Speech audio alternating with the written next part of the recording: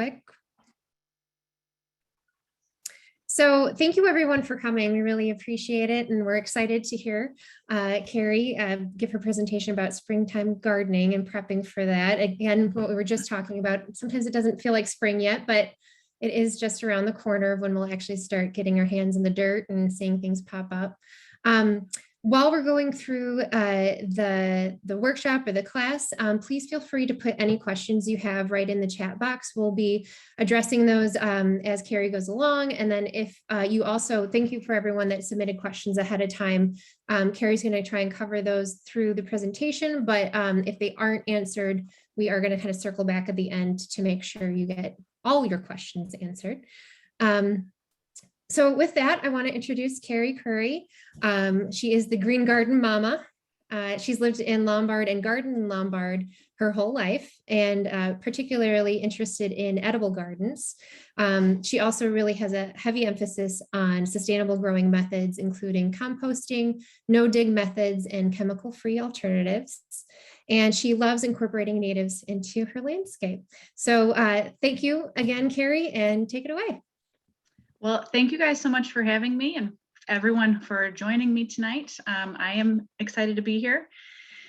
As Beth said, I love all things plants. I have gardened for many, many years, and that's kind of how my company came to be, where I was growing extra seedlings and started offering them up for sale. Every springtime, I do have a seedling sale, and then just last summer, I started offering cut flowers in the summertime and also personal garden consultations. And I get a lot of the same questions in these consultations, so that's what we're here to talk about today. Specifically, how to get ready for springtime. So one of the first questions I always get, oh, too far. There's me. Hi, guys. Is when can I start? You know, we get these changeable summery springtime days in Chicagoland where it's warm and the sun is shining and we are just itching to get out there. But there's tons of studies that show that it is best if we wait to start your springtime cleanup until the air temps are consistently over 50 degrees, because there are so many hibernating pollinators and beneficial insects and stuff that live inside the stems of your plants. And if we can wait as long as possible before cleaning that up, that means that all those good bugs stay in our yard and are there to help you for the coming season. However, there are times when I need bed space back for something, especially because I'm growing cut flowers for sale. I have to turn my beds over frequently throughout the growing season, and I have to get an early start. And so if I can't leave it, I do my best to cut it and put it on top of my cold compost pile. So at the very least, that is still staying on my property, and my compost doesn't get turned until it's warmer anyway. So I leave some things there to remain safe if I can't leave it in place on the ground. The next thing you need to do is wait till your soil is fully thawed. This can be drastically different on different parts of your property. For instance, the front of my house faces north and can be literally weeks later in thawing than the back of my house that faces south. But you obviously can't really work the soil if it's not thawed. Next, you want to wait until a day when your soil is not too wet.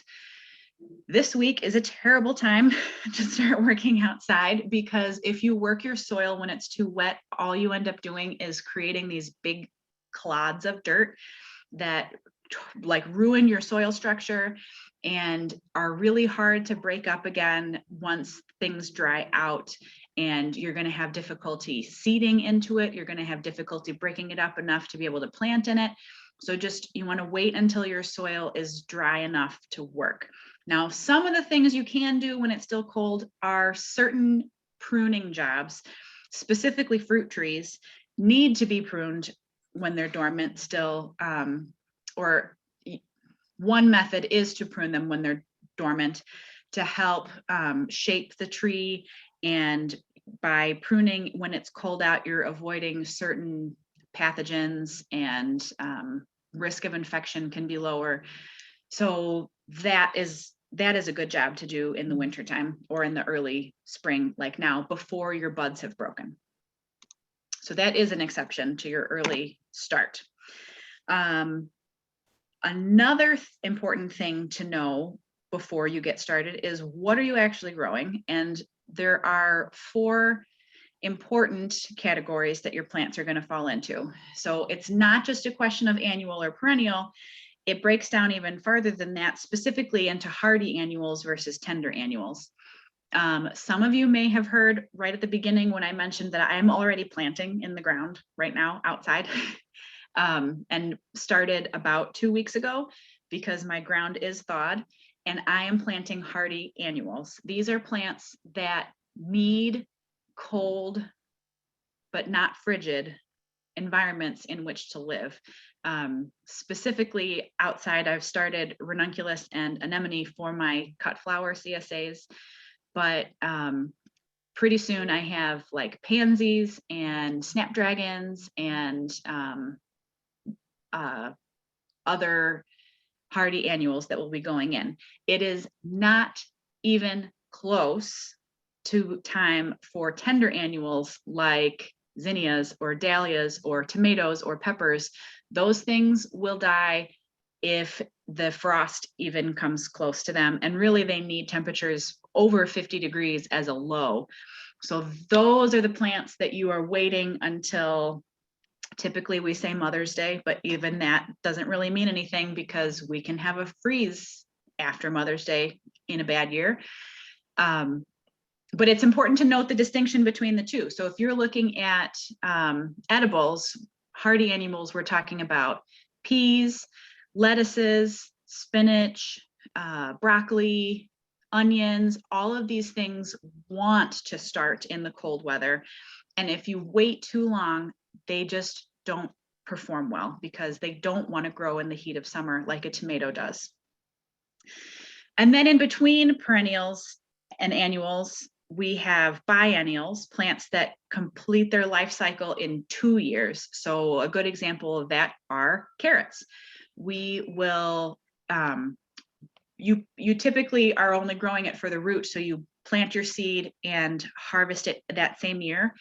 But in the life cycle of the plant, if you leave it in the ground, they send up a flower stalk the next year, and that is what produces seed, and that's what completes its life cycle.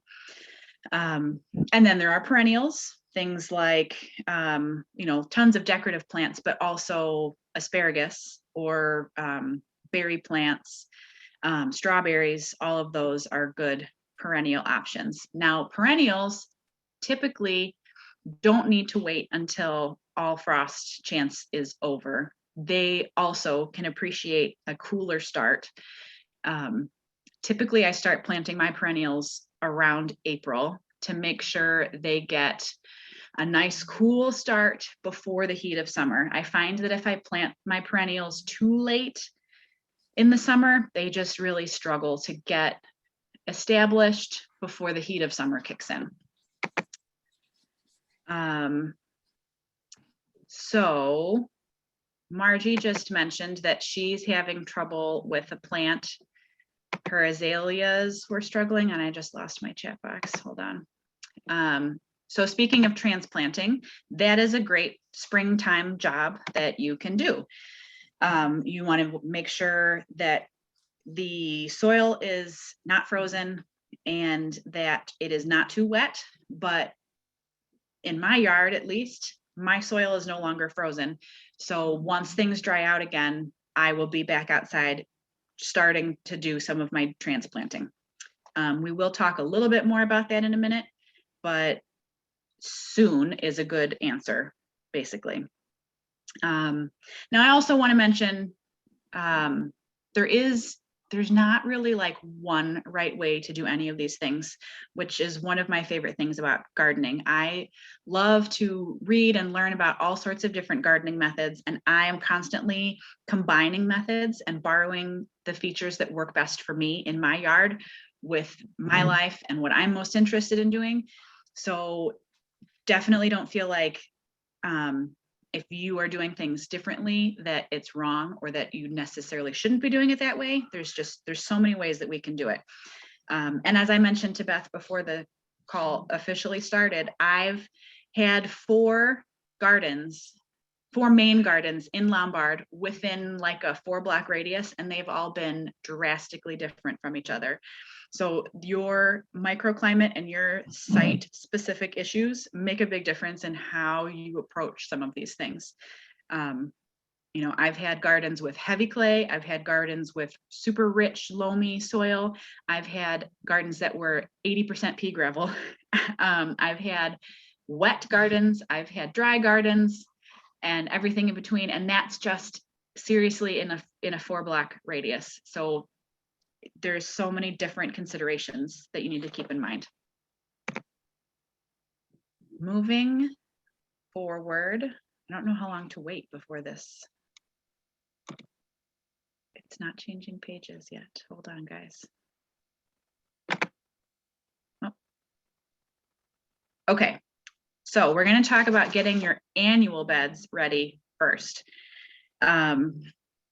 Most people are really only going to have annual beds for like a vegetable garden. Not very many people have annual beds devoted to flowers. I'm an exception.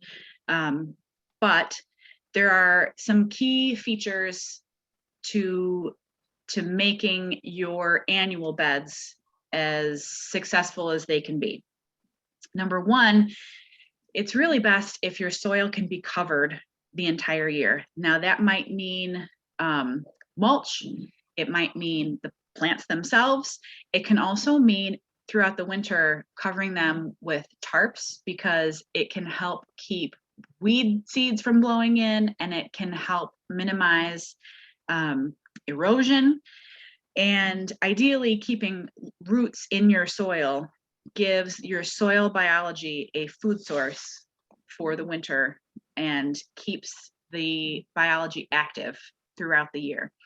So I am a big fan of no-dig gardening, which basically means that you try to turn over your soil as little as possible. There are lots of important features about your soil structure that the more, if you are tilling your soil, and by tilling, I mean like a vertical rotation of your soil, as opposed to cultivation, which is more of a horizontal movement of your soil, like using a hoe to scrape back and forth. So tilling your soil in a vertical manner, which is traditionally what people do, has actually a lot of negative impacts on your soil, including disturbing the soil structure, which causes problems with water drainage, and can end up creating like a hard pan surface underneath the 6 or 8 inches that you were able to till. It actually causes a lot of problems. So I don't till any of my beds. Instead, I aerate them with a garden fork. And so up in the right-hand corner here, you see an example of using what is called a broad fork, which is specifically made for this purpose. I'm not lucky enough to own one. They're kind of expensive, but the same concept works with a regular garden fork or pitchfork. Maybe not like a hay pitchfork, but a garden fork. So you press the tines down into the soil, and you just pop it back so that the soil cracks open. Really, I don't know if you can see number 4 on my screen. It is behind my face.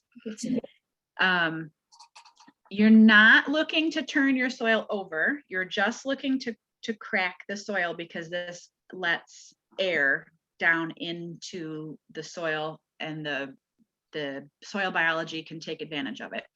It loosens your soil enough to plant into, and it's honestly enough. Now, if you're starting a brand new bed, sometimes you need to till. If you've been on the really high traffic area, like in, you know, a main part of your yard. But moving forward from that initial time, I don't like to till my yard in my garden.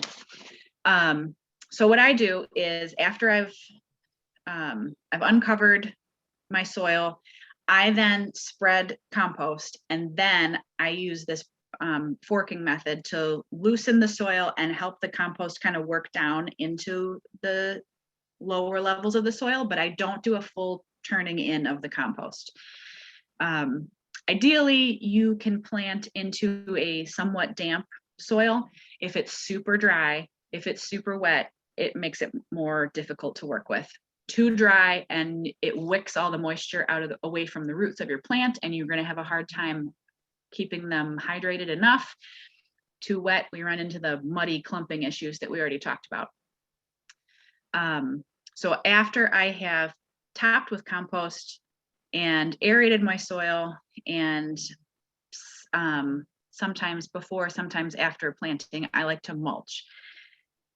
There are tons of great things you can use for mulch, including straw, hay, not so much hay, straw, leaves, shredded paper, grass clippings. You can buy like empty rice hulls. There are tons of things you can buy specifically. There's also a product that I personally like to use in some of my beds called Bio 360, which is I think it's like a corn-based plastic-like product, but it's fully biodegradable. It's like the texture of a garbage bag, kind of, and it comes in rolls, and you roll it out, and then you like tear holes in it where you want to plant into. And that's a really cool product to use. You can also use wood chips, but you have to be pretty careful in an annual bed. You don't want the wood chips mixing with the soil, because when the wood chips start to decompose, they end up robbing nitrogen from the soil. They really need to stay on top in a separate layer. I did have a specific question from somebody about lasagna gardening. This over here on the bottom left is a good example of what people say to do in lasagna gardening. I personally find this problematic for a few reasons. One of which is how heavily it is relying on peat moss, which is a non-renewable natural resource, and the disruption of peat bogs causes all sorts of ecological issues.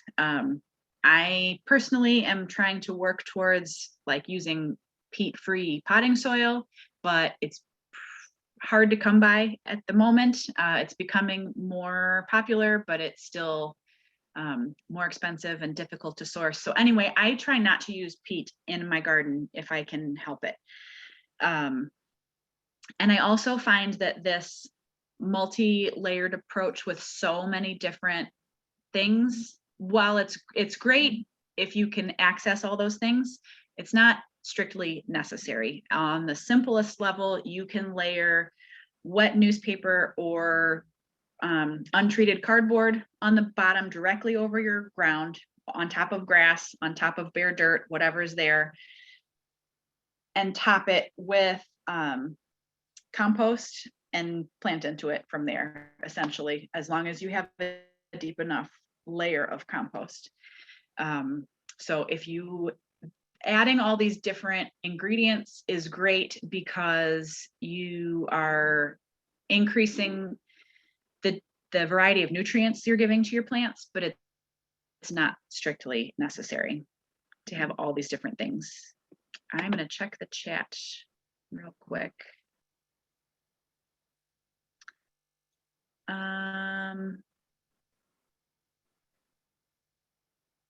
Do I do this process every year or just when I'm establishing a bed? Was that about the broad forking, Beth? Yeah, or just kind of how often do you start fresh every year? Okay. And do these layers, or if it, yeah, I guess kind of everything. Okay. So I have dedicated garden beds with dedicated paths between them that I walk in the bed and I don't, no, sorry, that's backwards. I walk in the path and I don't walk in the bed, which is key because then you're not compressing your soil and it makes everything easier.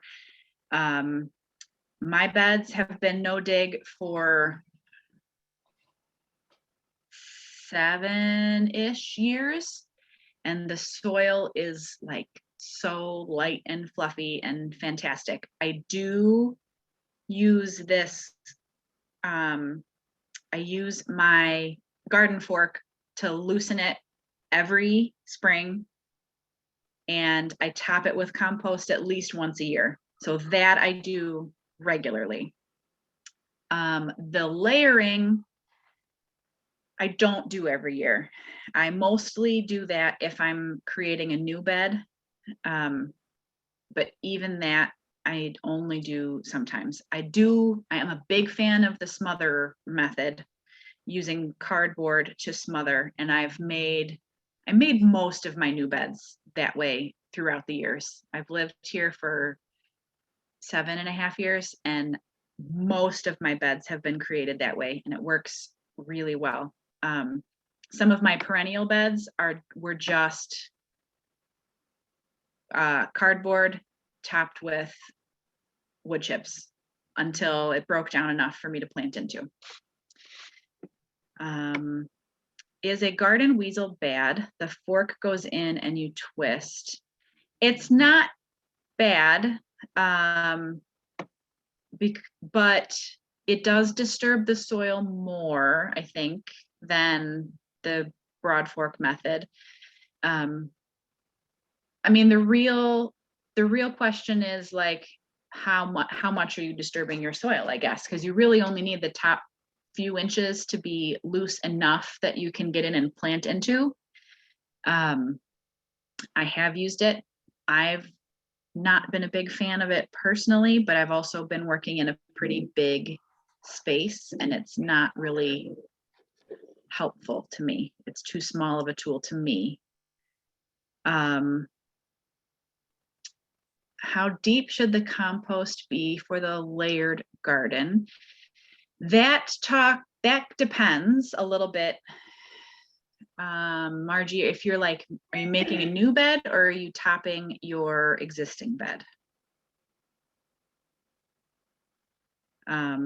If you're topping an existing bed, okay, if you're topping an existing bed, I usually put down about 2 inches if I have it. I don't always have it. This is the first year I had to buy in compost because I needed like 8 yards of it, which I can't make on my own property. So in the past, I have always made my compost and I make it last as far as I can. So ideally, you're looking at 1 inch or 2 on your existing beds. If you are making a new bed, you can go deeper. It depends somewhat on what exactly you're going to be planting into it. Can I talk more about the garden fork and possible alternatives? So this depends, like for loosening your soil, I'm assuming. You can kind of do it with a shovel, but it's a lot harder because the tines of the fork go down, and when you pull them out, soil slips through and you're not going to turn over all of your soil. The shovel, if you were going to go that route, you lift all the soil with you. So you would really be doing kind of more of like a chopping motion, just like going down and wiggling a little bit and then lifting back up. It would be, the garden fork is definitely a handy thing to have if you have an option to get one. Mine's from like Menards or Home Depot, and it was not very expensive, but it is another tool to have. I don't like to have too many single-use items because we only have so much storage space, but that is one of my must-haves on my personal list. Okay. Whoop. I want to talk more about the Smother method. So again, this is a method that I use not every year, but when I am planting a new bed. Basically, the function of the cardboard, you can also use layers of wet newspaper, but you need multiple layers to make it work, otherwise the grass grows right through. This works great on grass. It works great on smaller weeds. It will not work on more persistent weeds like thistles or oh, there's another one that I'll think of later, burdock, that are really aggressive and hard to get rid of. Those things I try to dig out first by hand before I smother my grass like this. So then you want to make sure you're using uncoated cardboard, excuse me. So like not the slick glossy stuff, but the brown matte stuff. You open your boxes all the way, you peel off any tape. I try to peel off the mailing shipping labels, but that's less important than the tape because the tape will never break down. And if I miss a piece, then I always find it later when I'm planting something. You lay it flat and you overlap the edges because the goal is to block out all the light. The light blocking is what's going to kill whatever's underneath it. That's how you're going to smother out your grass and your weeds. And then you top it. So if you're making a bed where you want to plant in small seedlings, or if you're going to plant seeds, at this point, you're going to want to top that bed with either topsoil or compost or a mix of both together. And you're going to want several inches. If you're planting small transplants or seedlings or seeds, you're going to want probably 5 inches, because once that's light and fluffy and once it gets watered in well, it's going to compress down. You're going to lose some of the air pockets and it's really only going to be maybe 4 inches. And you need to buy some time before that cardboard breaks down. So deeper is better. If you are going to be planting bigger plants like perennial beds, I like to sometimes even lay my plants out first and plant them. And I just clear like a nice big hole around it. I give them, a foot of clearance around, and then I lay my cardboard and smother whatever's left, rather than digging through my cardboard. The cardboard does break down usually before the next year. Usually within that season, I find that the cardboard has broken down. Wetting it before you top it with anything also helps. And the worms seem to really like it. So over here on the left shows something important that you need to, after you've, I want to backtrack. You've layered your cardboard, you've put down soil and compost, creating a brand new bed. And then you always want to mulch your soil on top of that for multiple reasons. It helps keep your weed growth down because the weeds can't germinate if they can't reach the soil. And also they don't germinate if light doesn't hit them. So you're shading the soil, you're blocking these weeds, you are reducing the evaporation of water from your soil, you are cooling the roots of your plants in the heat of summer, and ideally you're using a biodegradable mulch which feeds your soil. So there's like so many benefits to keeping your soil mulched. But as you see on the left-hand side, this little graphic over here, you always want to keep the mulch away from the trunk or stem of whatever it is you're planting, because you will harbor insects in the mulch, and because of the water retaining properties, you're keeping a moist atmosphere up against the trunk or stem of your plant, and it can lead to rot, and it can lead to insect damage. So just always pull it away from the very base, so that your main stem or trunk is just coming out of the soil, really, and not mulched up against it. This is especially important for trees. If you've ever seen or made, they call them mulch volcanoes, where you pile your mulch in a bed around your tree and then you pile it up like this up against the trunk. Please stop. That's really bad for the trunk of your tree. It is inviting infection and insect damage and even rodent damage.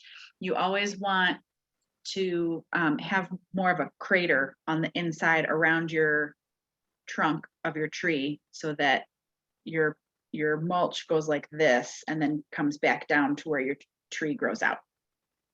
Your trees will thank you.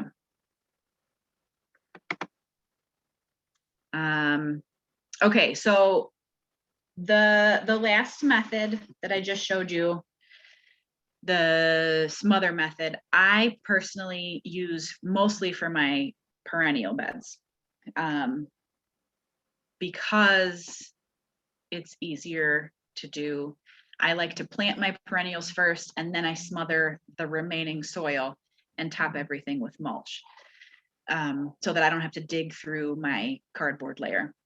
So, speaking more about perennial care, what things you are going to start doing soon. Again, we're going to wait for the temperatures to warm up a little bit so that all our insect friends come out. But once it's warmer, I clean up the old growth. I cut down anything that grew last season. If I'm going to divide or transplant, I'm going to start doing that pretty soon. If you're going to divide your plants, I typically will dig up the entire thing carefully, and then I keep an old bread knife from like Goodwill in my toolkit in my garden stuff, and I just slice down inside the root ball into however many pieces I need to make it, and then I will replant carefully. Spring is a great time to plant new perennials as well. Pretty much as soon as you can find perennials in the stores, it's usually almost time that you can start planting them. This, again, does not apply to tender annuals. Just because you find a tomato at Home Depot does not mean it's time to plant a tomato. But for the most part, perennials that are hardy here are probably safe to plant. Sometimes you need to be careful about hardening them off before you plant to make sure that they're adjusted to the sun and the temperatures we're having, but generally speaking, it's safe. Weeding, that's a job I've been doing. They pop up all winter long. If your soil is loose enough to, if it's thawed enough, you can go ahead and start weeding now. This is especially nice when they're not too big, and it's a nice job to do on a sunny day. If you find you are having a lot of small weeds, I love to use my Stirrup Hoe, which is this hoe on the bottom left that has it's a long stick and like a stirrup shape. And then the one next to it is called a collinear hoe, which is also nice. Both of these tools are meant to be used standing up in a motion, kind of like mopping, where you're going to push the head of the hoe back and forth across the soil. It disturbs the roots of the weeds. You're really aiming to run the hoe like an inch under the top of the soil, and it breaks the weeds' roots. And if they're small enough, then they don't grow back. It's a great way to knock out some more delicate growth. It does not work well on those stubborn weeds. Doesn't typically work well on like dandelions, again, burdock or thistles. But it works pretty well on some of the smaller things. Lamb's quarters, it works pretty well on. And I'm gonna check the chat box again. What plant is pictured? This is a sedum plant that they have those nice like succulent looking leaves and can come in a stone crop, which is like a ground cover height that's maybe 6 to 10 inches tall. And then you can also get like a garden height one that's maybe knee high-ish, and it definitely can be divided. They are so hardy. You can almost literally like break a stem off and pop it in the dirt and have a good chance of it rooting.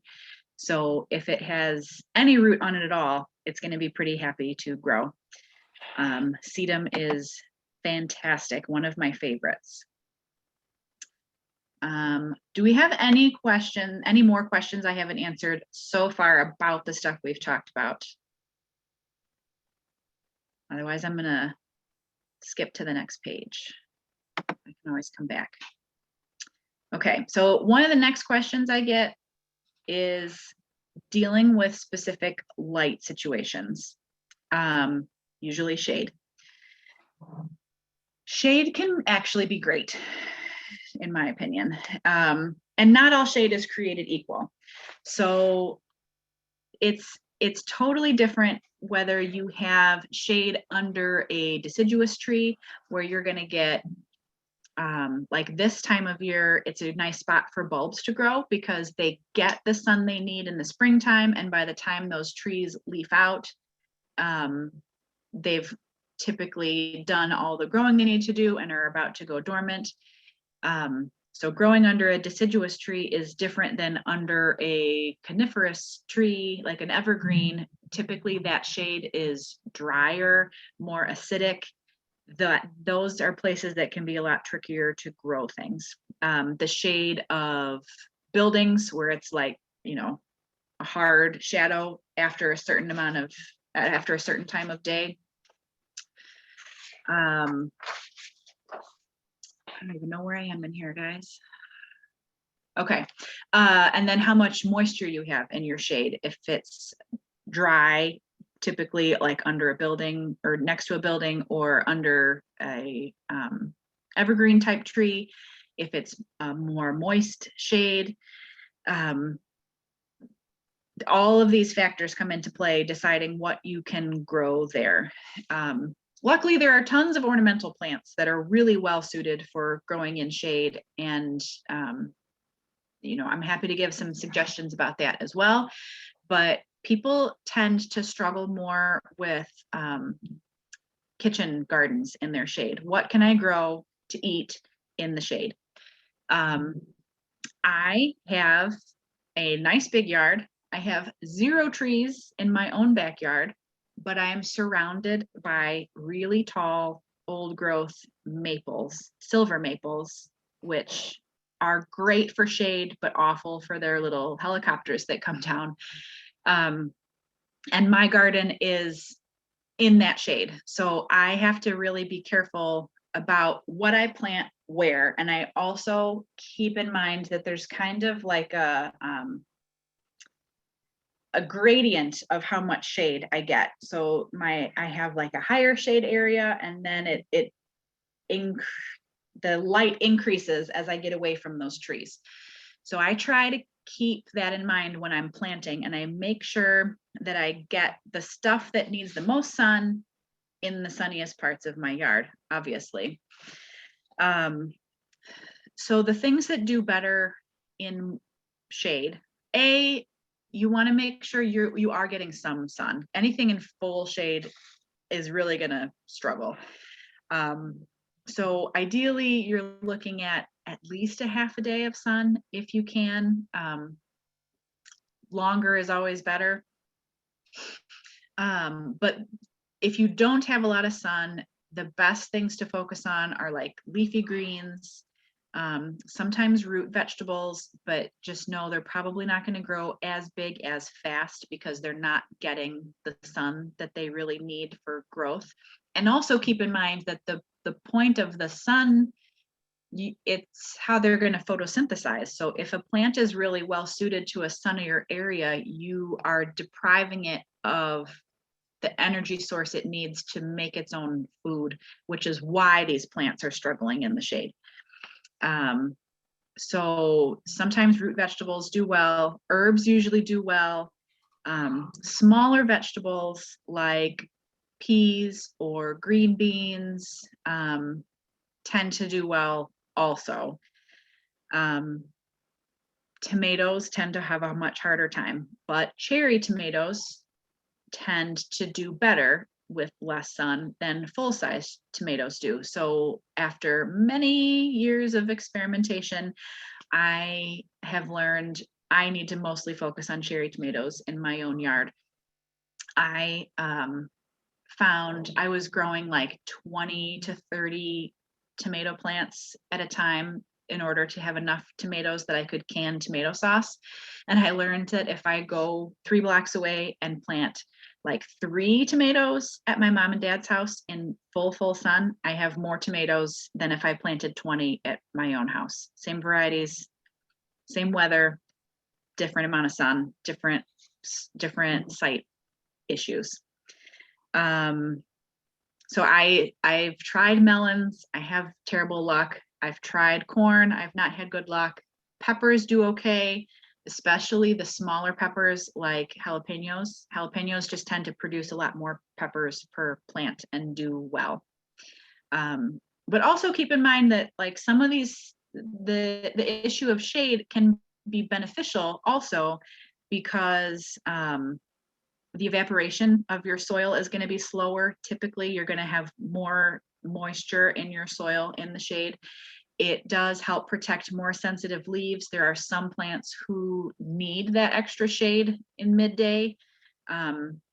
Hydrangeas are a good example. Like certain varieties just do not do well blasted in afternoon heat. And it's also nicer to work out there in the cool of the shade during the heat of a summer day. So too much sun does have its downsides. I'm going to check the chat box again. Aggressive weeds like Creeping Charlie. Creeping Charlie is the worst. I am sorry. That I have a fairly not love-hate relationship. I don't know. There are certain weeds I'm okay with, I guess, is what I'm trying to say. I don't personally expect my yard to be weed-free. It's not realistic. But Creeping Charlie is on my hit list. You just need to try to stay on top of it. I pull it out as much as I can. I smother it as much as I can. And you just have to stay on top of it. That's a rough one, unfortunately. Then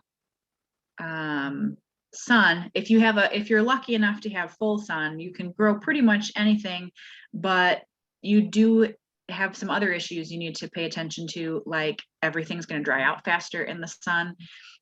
Your young seedling leaves are far more likely to get scorched in the sun. You have to be really careful about water management. And it's really hot to work in it. So shade's not bad. It presents some challenges, but there are tons of things that you can grow in a half a day of sun or more. I also, I think I said herbs do really well, and bramble berries do really well also. So I reserved a shady spot on the south side of a big tree close to the tree. So it gets a lot of shade essentially, but it's dappled shade, and my raspberries and blackberries do really well there. They really like it. Another question, people are always asking me about dealing with pests. Pests they're super frustrating. There are certain things you can do to help, but not much of anything is foolproof. I try to sometimes like step back and just think I'm grateful for the diversity of life that is occurring in my space because I am pretty much chemical free. It makes things really tricky, but it also has so many other benefits that I'm willing to put up with some of the pests in order to gain the benefits I have from not using these chemicals. The best method that I have found is a physical barrier between your crop and the pest. Sometimes this means an organza bag, like on the left. I was growing dahlias last summer and had to bag certain blooms. The bugs seem to like certain colors of blooms better, like white and light pink blooms. The bugs got in and munched on. So I had to bag every single bloom in order to be able to cut it and sell it individually like this. That method also works on fruits and apples. I've even seen people use, I think, sandwich bags, and they just like Ziploc bags, and they'll zip it closed up to the stem, and then as the apple grows, it just fills in the bag and it keeps everything off. The key here is that you have to get it, you have to bag them soon enough that nothing has damaged it yet, and you have to make sure your bag can accommodate the full size of whatever it is you're growing. And these organza bags are great because you just kind of pull the drawstring out and it cinches it shut. I don't have to tie it or anything, and it opens up easily. It's washable and reusable. I keep a ton of those on hand in my yard. When you are trying to protect a bigger space, though, sometimes individually bagging things is not enough. So over on the right-hand side, this is essentially like a low tunnel that you can use for season extender purposes, but here it's got insect netting on it, and it's going to protect everything that's underneath that cage. This works great on smaller things like green beans or lettuces. It's not going to work great on things like indeterminate tomatoes that grow 10 feet tall. There are versions that you can buy on the market that are like stand up cages that you can unzip and walk into and close behind you. They're pretty expensive. I've seen people turn like dog runs into cages like this. The key, it's depending on what your particular pest is. If it's a rabbit, which I struggled with rabbits for years, they can't climb. You know, they can hop pretty high, but they can't climb. But if you're dealing with squirrels, obviously they can climb right over a fence and down in. So you need a top on it in order to keep your stuff safe. This bottom right picture, lots of people have problems with springtime bulbs. Like as soon as they plant the bulbs in the fall, the squirrels go after them because they're attracted to the recently turned soil, and they go after a lovely little snack that you have provided for them. So you can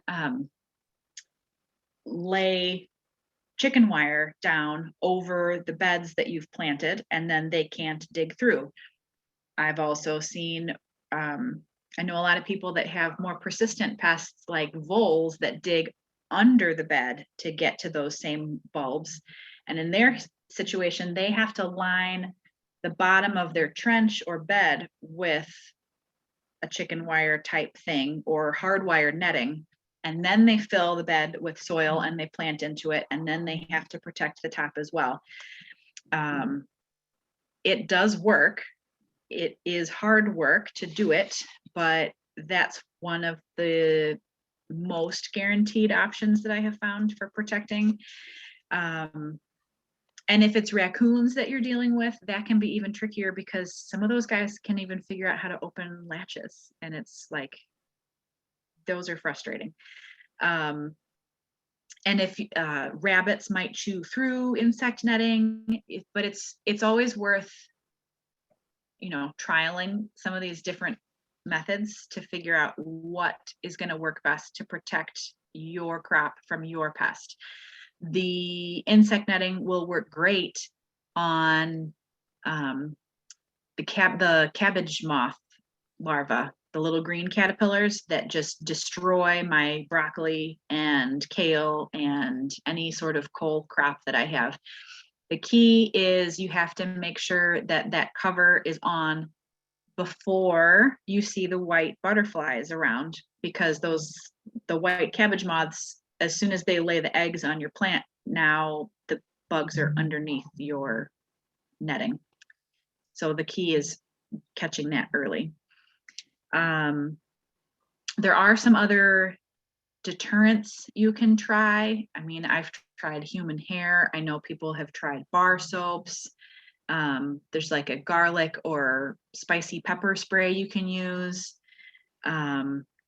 I've even heard of people getting like, I think it's coyote urine or something that you can spray that deters animals from coming. The problem with all those things is that you have to reapply it all the time, because every time it rains, the scent that was repelling things dissipates and you have to reapply it, but it's worth a try. And then if you're having problems with things like slugs or earwigs, Sluggo Plus is a nice, or I think it's OMRI approved, like, or an organic option, safe for organic use, that you sprinkle on the ground around your plants, and then those particular bugs don't want to cross the line to get to your plant. Diatomaceous earth also is a good insect, creepy crawly type repellent. But all of these things, you have to be really careful that you're following the directions, that you're using it appropriately, that you're taking the proper safety precautions. You don't want to inhale any of these things. They can cause all sorts of issues in your lungs. So I try to use as little as possible personally. Something else that can help is, this is the wrong page though, sorry. I'll just stick here, I guess. Intercropping. So you can sometimes combine different crops in the same space that by interrupting the crop, it confuses some of your insect pests and it makes them less likely to find your plants. Sometimes it can help deter creatures like rabbits. If you plant like garlic or onions around your plants, that can help. It's not foolproof.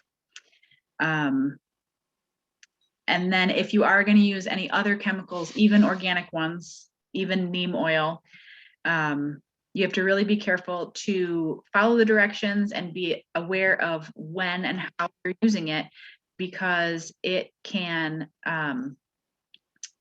you want to spray it at a time when the insects that you don't want to kill are not active. If you spray at night, that tends to help because a lot of bees have left, but bumblebees tend to sleep in flowers.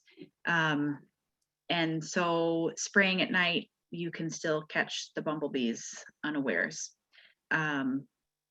Some insects, you also are better off just hand picking and knocking them off. Japanese beetles are one of the ones that I struggle with every year. And I pretty much daily walk around with a bucket of soapy water and catch as many as I can and knock them into that, and they drown in the soapy water. Sometimes moving your plants closer to your house, if they're in a pot, can help deter rabbits or squirrels or deer, but it's not foolproof either. I'm going to check the chat box again.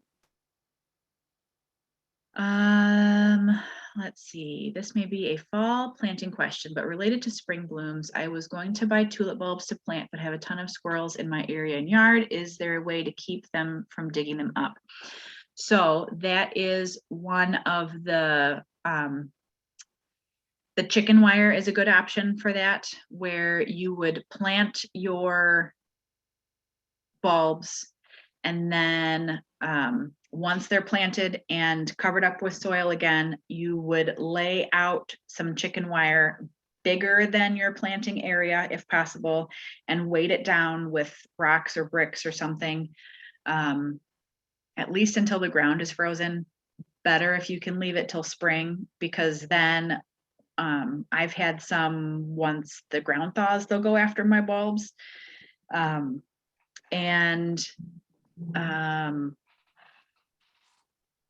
You just remove it when the tips of the first growth starts to come through. That's one of the best ways that I have found to deter them. And skunks. I think they were digging up our yard, probably going for grubs. I definitely have skunks in my yard too. I find they go after particularly what I'm assuming are Japanese beetle grubs, because I have tons of those in my yard. I do treat my yard with Milky Spore, and I do use the Japanese beetle traps. Now, opinions are mixed on the traps. Some people say you should never use so if you're not familiar with it already, Japanese beetle traps are either like a bag or a rigid plastic container that comes with a pheromone lure that attracts Japanese beetles. The first time I hung one up, it was like, I hadn't even finished hanging it on my fence, and there were beetles all around me. Like, it works for real.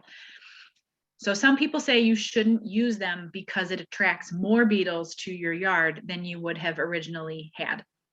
My thought is, a dead beetle is a dead beetle. I'd rather get them out. And they come to this pheromone lure, and then they like fall into the bucket, and they're not smart enough to climb back out again. Do be careful. If you use them, you want to try to use them in a place that is away from a crop that you're trying to protect. So they love my cherry tree. They love some of my roses. They love my basil. They love my dahlias and my sunflowers. Like, I tend to put the traps on the other side of the yard from all those things. So I'm trying to attract them away from the stuff I'm trying to protect. And I have used, there's a brand called Tanglefoot. It is harder to find. It took some legwork. I think I bought it at like a Rural King. It was something that was far away. But it's a rigid plastic container with replaceable lures. Because I have heard of people having problems with the bag traps, that raccoons go after the trapped beetles and shred that bag open, and then any beetles that are trapped but not yet dead just escape. So that's why I went with the reusable, hard-sided Tanglefoot brand trap. I do feel like I'm seeing a reduction in the beetle population over time. And then I also treat my soil with something called Milky Spore, which is like a powdered BT inoculant that infects only the larva of Japanese beetles. It's not a chemical product that just like kills larvae. It only targets Japanese beetles. And you want to start applying it pretty soon, when the ground temperature needs to be just a little bit warmer, I think, but you start applying it when those grubs are waking up and starting to eat, because they feed on the roots of your soil, or not your soil, your turf grass, essentially, and cause damage to the grass, and then skunks go after them and dig up your grass some more. So they're a non-native invasive species also. They have no natural predators here. So I do all those things. I do the traps, I do the Milky Spore. The Milky Spore, once the grub eats it, it like replicates in the body of the grub, and then it kills the grub, and then it spreads through your yard. It's basically an inoculant product that you should not have to apply every year forever. It is on the pricier side, but it does seem to help. And I have bought it at Pioneer Feed in Villa Park, I believe. Okay, So the Milky Spore I buy at, you don't spray it. It's like a granular that you apply, the Milky Spore. So you get this bag of powdered product that you spread according to the directions on the package. And then the grubs eat it and they die, hopefully. Okay, so another question I got was about maximizing their space in a garden. I had a variety of people making comments saying like, my garden's not that big. How can I take advantage of a smaller garden space? There are so many things. Number one, grass is overrated. My husband disagrees, but that's how I feel. So I love garden beds, obviously, but there's only so much room that I want to devote to garden beds in my yard. So I have taken a variety of approaches to try to squeeze in as much as I possibly can. I have incorporated edibles into my landscaping. This top right picture is at the back of my yard. It is a hedge of apple trees. So this hedge here is only a portion of what I have, but there's like 10 apple trees in there, I want to say, roughly. And they are they're being trained to grow in a two-dimensional direction. So there are some really formal training methods you can use. This is like called espalier training, where you can tie them in a fan shape or in like really linear ways or in diamond shapes. There's lots of things you can Google and look up espalier shapes. I'm going with a more free-form option where basically I just cut off anything that grows off the center. So I keep my plant growing in 2 dimensions. If it grows this way, I keep it. If it grows this way, I cut it off. And they're still pretty young. This picture was a year or 2 ago. I am starting to get some fruit on my trees. If I can keep the squirrels off them, they do seem to find them before they're ready. But every year I know I'm going to get more fruit. So I'm not too worried about it yet because they're still really young. So incorporating edibles into your landscaping. I also consider alternative plants in my landscaping. For example, service berries. I thought I had it in here. Maybe I can go back. Service berry is a really pretty ornamental tree that has edible berries in June. And hosta is edible and delicious. You want to harvest the spears when before the leaves unfurl. You cut them and you cook them like asparagus, and it's super tasty. One of my favorite springtime treats. The downside is it's a pretty short harvest window. You only get a couple days when getting the spears long enough to be worth harvesting before those leaves unfurl. They won't be poisonous or anything if you don't catch them in time. They get tough and chewy. More traditional answers are succession planting. You can see this bottom right. If you are a big salad eater, I love to eat salad, but I don't want to plant a full bed of lettuce all at once because I won't be able to eat it all at once before it bolts in the heat of summer. So I really only plant like 1 or 2 rows at a time. And I try to plant it every 2 weeks or so, because then by the time I'm ready to harvest my initial planting, I have more plantings in place that will be ready to be harvested when I'm ready, instead of having an entire bed of lettuce ready at once. This is also good with some crops that produce their crop all at once, like bush beans or edamame, carrots and beets. You can do also green onions, anything that you think you want to spread out your harvest over a longer period of time. You can just break your plantings down into smaller segments so that you can use that same space over again. This is especially great with things like lettuce that have a quick days to maturity window, and then you can use that same space more than once in your garden, which if you can use all the space you have twice, that's like having double the garden space. Also using season extenders. So we are pretty officially in a time where you can start planting out hardy annuals, broccolis, lettuces, onions, peas, with some protection. If we're going to get temperatures under freezing or so, most of these plants can take a frost, but if it's much colder than that, I like to keep them covered. So this middle picture is a good example of a cold frame applied to, really it's more like a low tunnel. You can get rigid cold frame structures.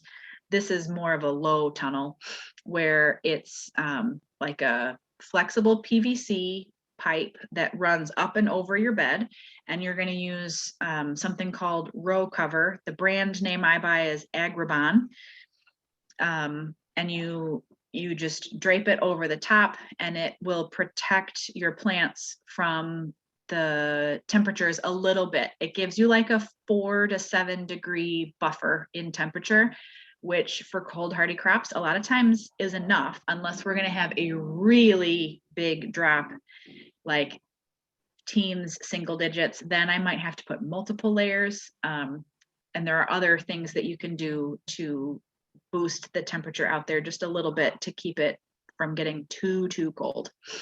But I do all these things in my yard. I'm incorporating edibles into my landscaping. I'm using season extenders, and I'm using succession planting in my space. Another thing you can do is to go vertical, something else that I do.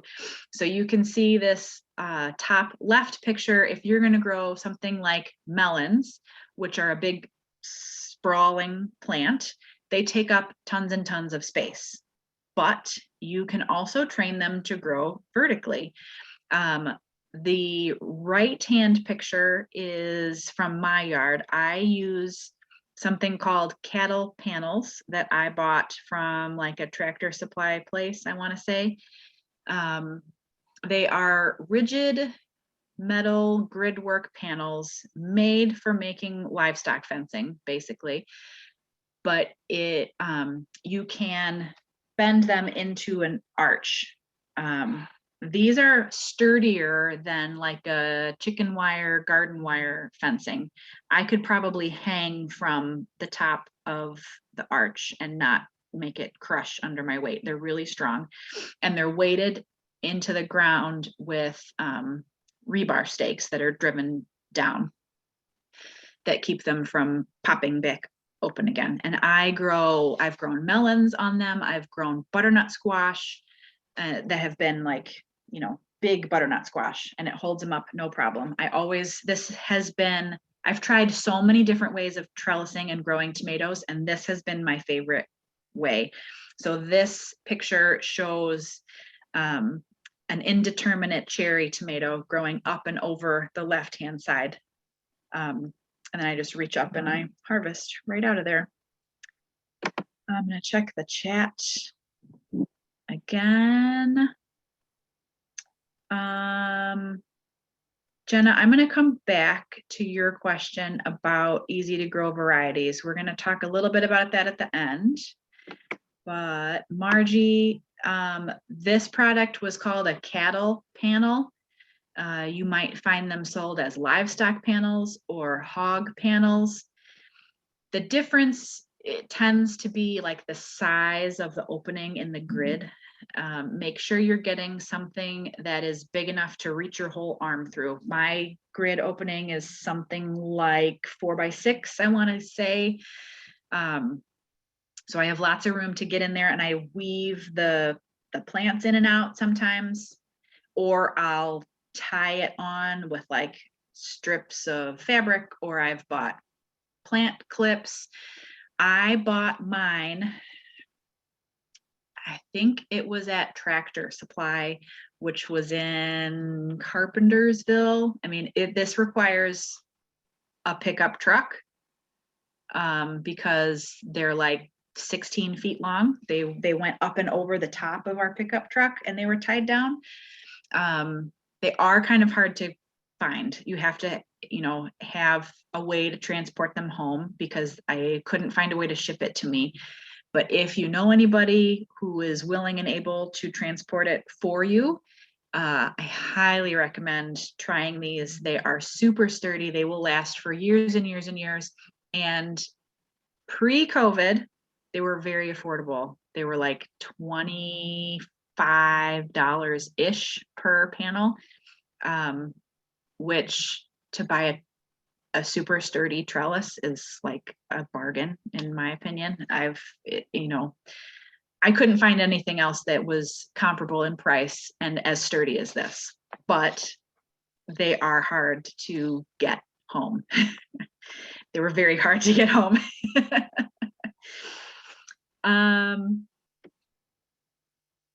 Okay. Let's see here.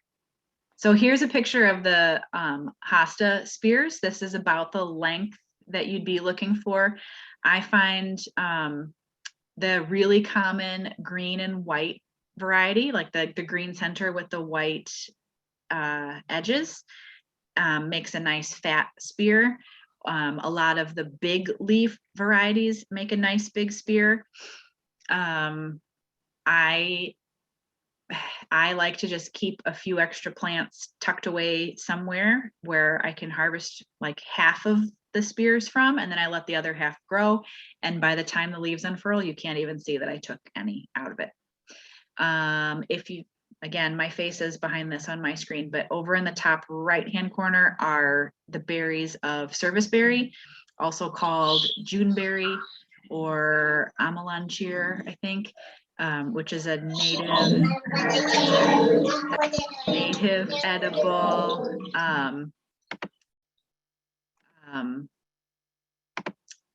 oops, too far, sorry, a native edible tree. It blooms beautiful white flowers in the springtime, and then it puts out these berries in June. My neighbor happens to have one in her parkway that she lets us harvest from. Then I was talking about intercropping before, and my daughter was sneaking into the room and totally distracted me. So I'm going to come back and make sure I said what I wanted to say about this.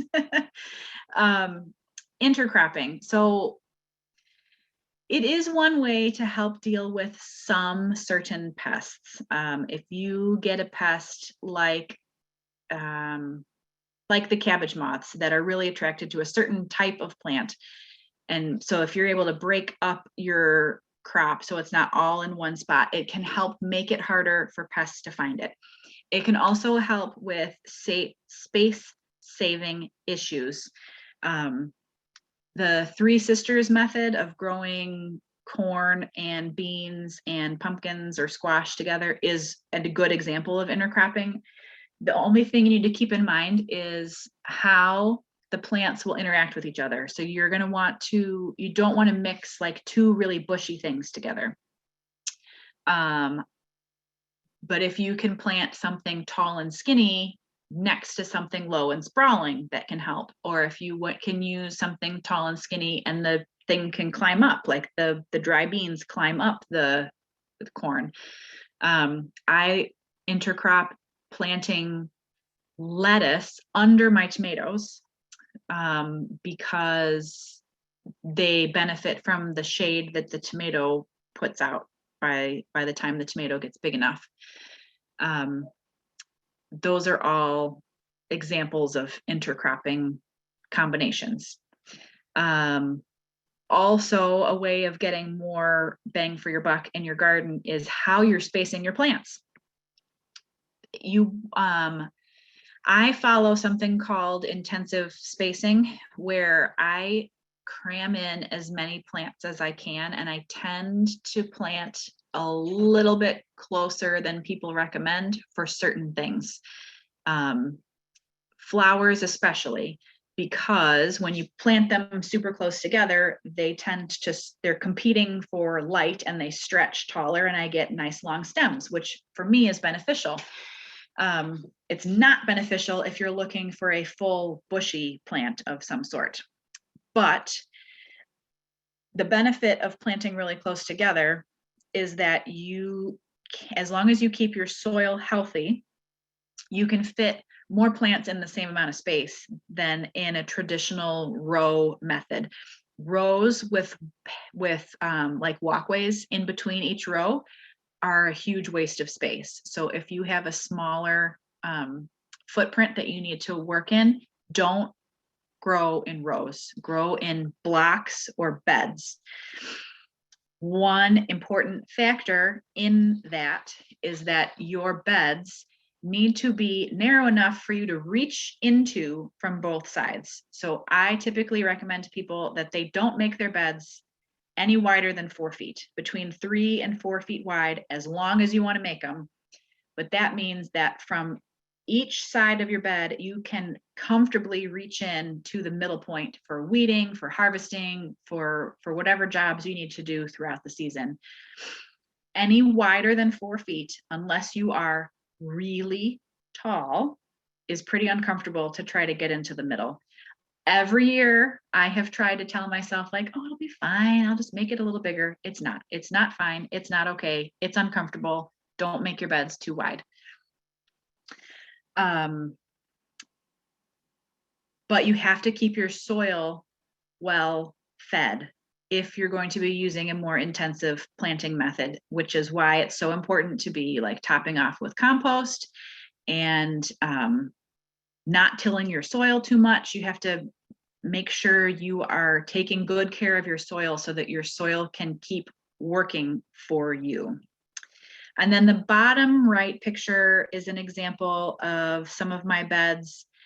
I used to have a small walk-in hoop house, which is like an unheated greenhouse. It was just covered in plastic. It was tall enough that I could stand up in the middle. It covered over 2 beds with a walkway down the middle. And then when it was really, really cold, sometimes I would put extra covers over those red hoops that you see, which are called low tunnels. This is a picture from probably early April, a couple years ago. I could be harvesting salad at the beginning of April, no problem, because between the low tunnel and the hoop house tunnel, the soil warms up so quickly that I was planting out leafy greens usually by mid-March, if not sooner, and some stuff would even overwinter for me, which was really great in the springtime when I was cold and wanting to grow things. So that covers most of my presentation part, but I do want to address some questions that I got. One question was, well, a few people asked about adding attractive natives to their yard, and what were some of my favorite natives to plant. I love coneflower. Everybody knows what that is, so I didn't include it here. These are but these pictures are some of my other favorites that are less commonly used, I think. Starting in the top left, this one is called Amsonia. This is a narrow leaf Amsonia. There's also a broadleaf, and I'm pretty sure I've seen this maybe at the old Helen Plum along that bank where Lilacia Park kind of slopes down towards Main Street.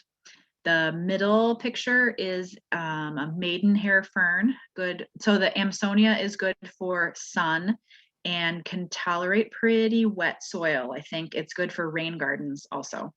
This middle picture, maidenhair fern, likes shade and moist soil. And then the right picture is called Beptisia. You can get cultivars in several different colors now, but the original native variety is going to be like an indigo blue. You can also get a yellow or a cream, but it's called false indigo, basically. These, like sun, they can tolerate quite a bit of moisture, and they bloom late spring, around the time that peonies are blooming. You can even see a yellow color bloom of Beptisia in the back of that picture.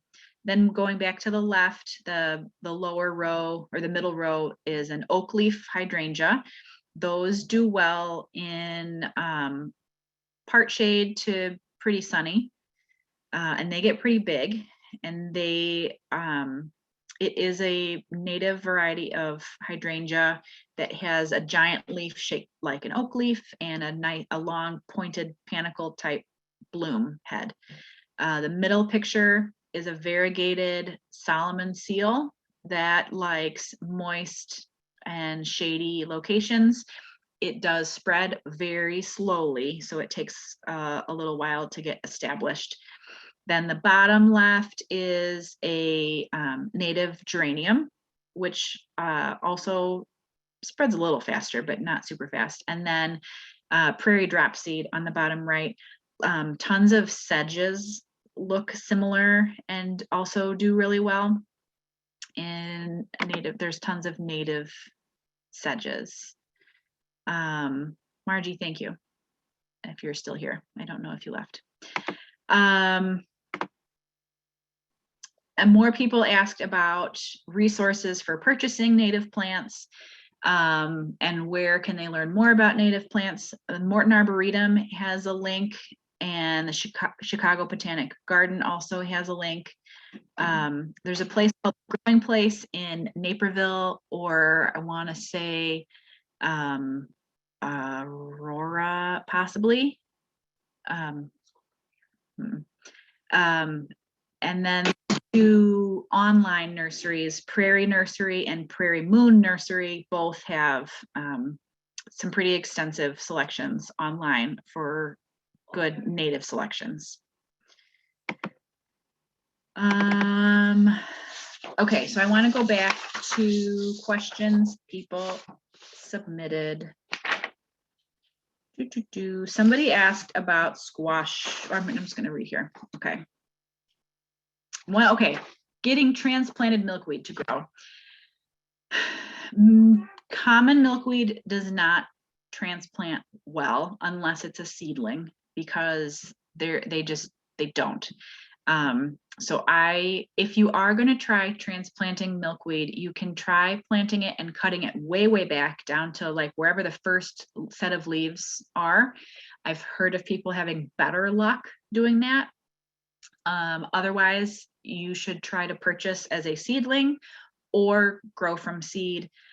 It is pretty easy to come by common milkweed seed in the fall. They'll have those brown pods, and they break open, and there's like silk, and the seed is attached to that, and they fly all over the place. This was a question about pests that we talked about. We talked about shade gardening, incorporating compost into an existing bed. I like to lay it right on the top.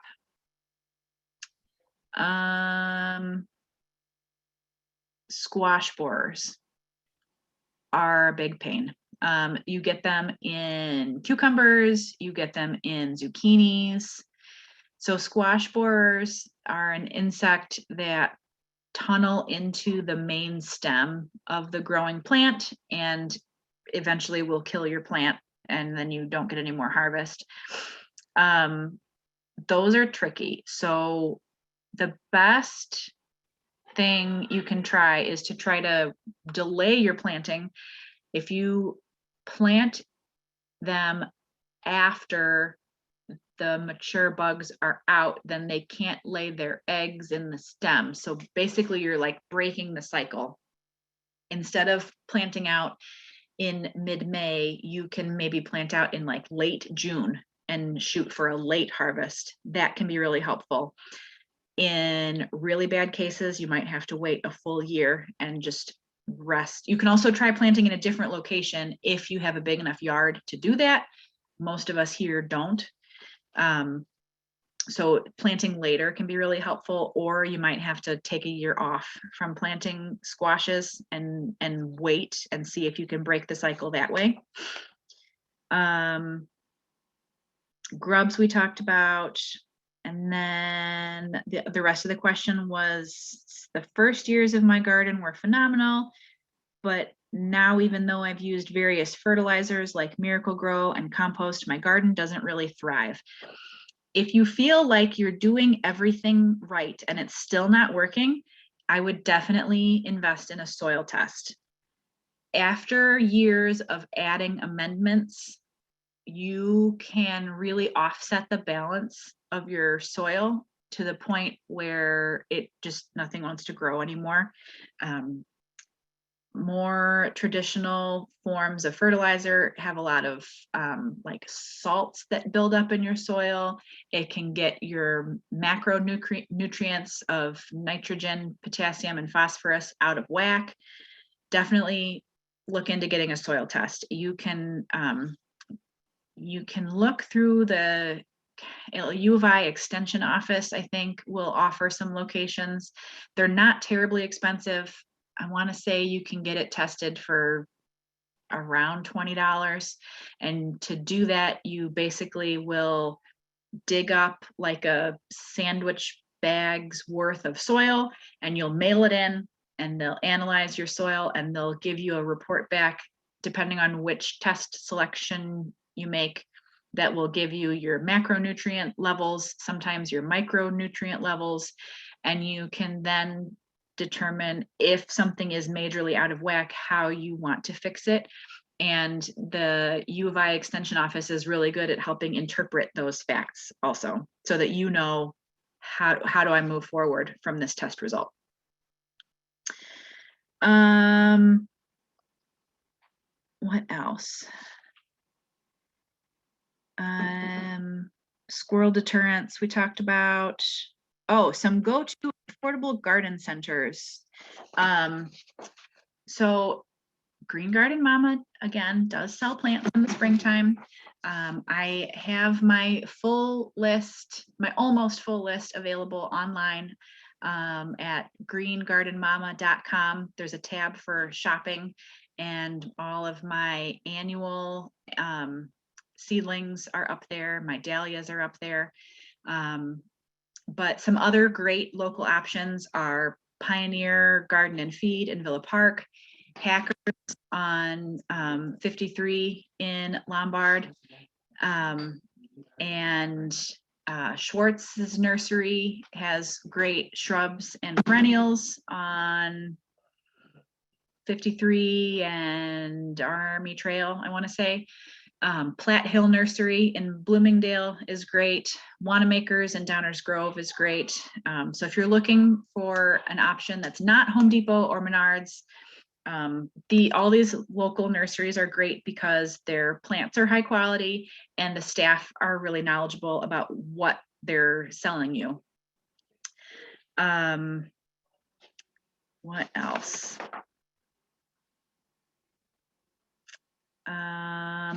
Jenna, you had a question before, I think, right?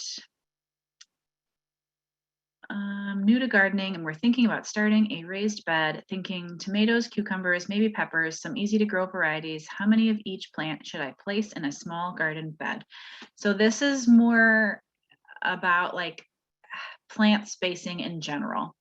Tomatoes come in a few different options. There's like patio varieties, which are more contained and stay small. Then there's determinate varieties, which aren't always super small, but usually like 3 or 4 feet tall. Those tend to produce all their fruit kind of at once over maybe a week or two. And then they're pretty much done for the season. And then there are indeterminate varieties, which grow and grow and grow and grow and grow and fruit all season long until they're killed by frost. Most of my favorite varieties are indeterminate, but you do need a plan for how big they're going to get.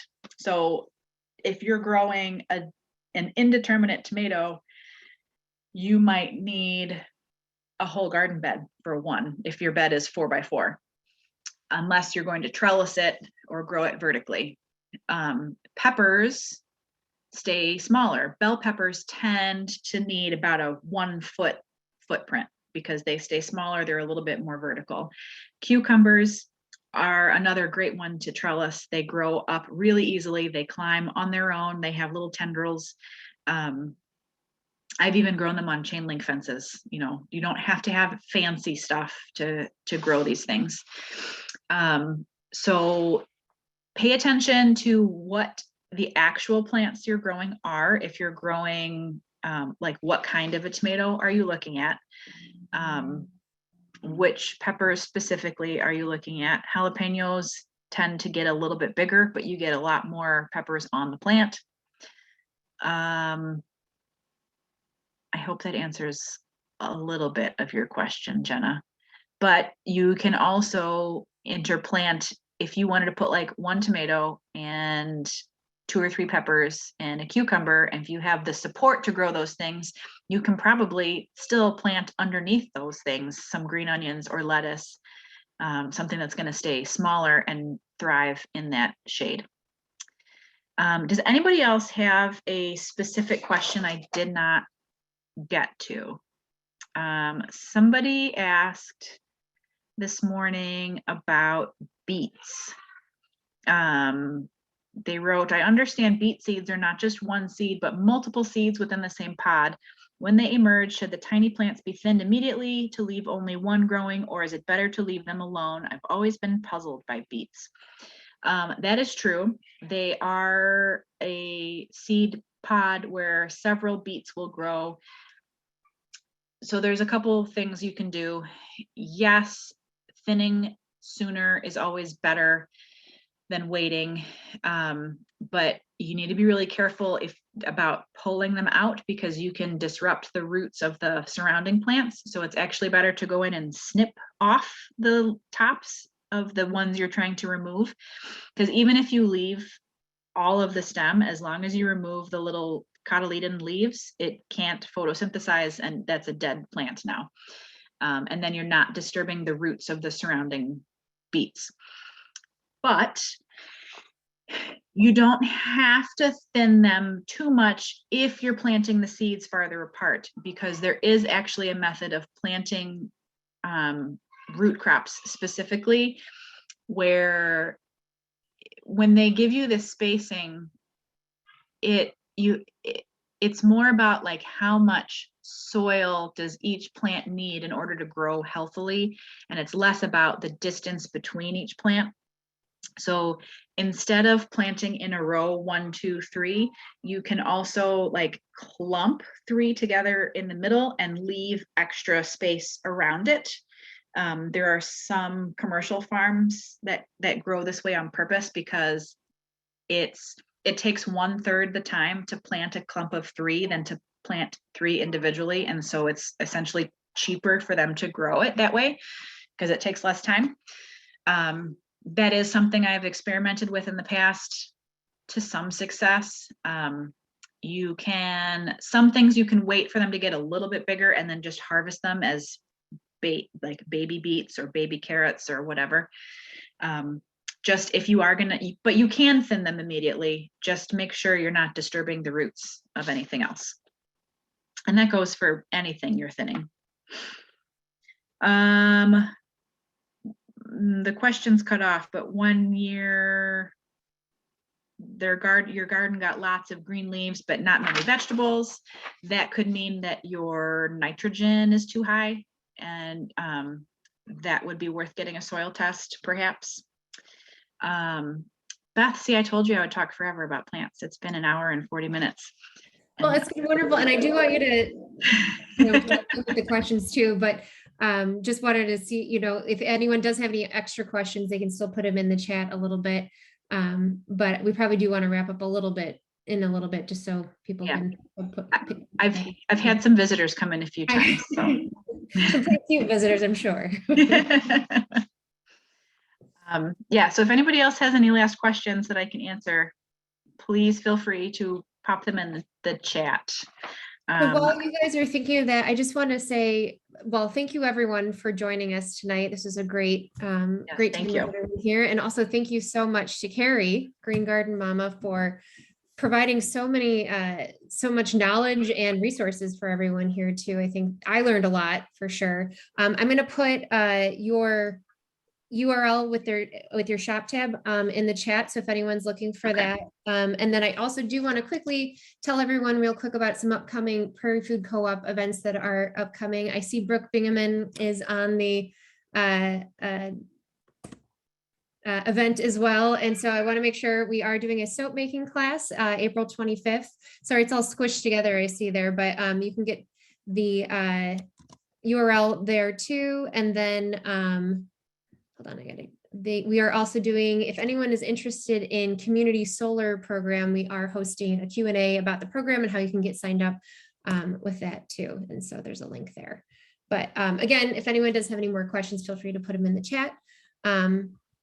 But if not, again, thank you so much for all of you joining us tonight. And we really appreciate you participating in the programs, and really, really appreciate again, Carrie, for you doing this for us too. It was very, very. Absolutely. Thanks for having me. Yeah. I hope it was helpful to anybody and not just too much information. If you have any questions you think of later, you can always email me also. I don't know if my information is out there somewhere, Beth. Let's see. I was going to say I can. I think there's a contact form on my website you can always use at Yeah. greengardenmama.com. And I'm on Facebook as the Green Garden Mama. I accept Like and messages. follow on Facebook. Yep. Follow it. You get all the good details. Okay, I'm not seeing any other questions come through, but I guess we can end here. Everyone have a good night, and thank you so much. Thanks, everybody. Thanks, Beth.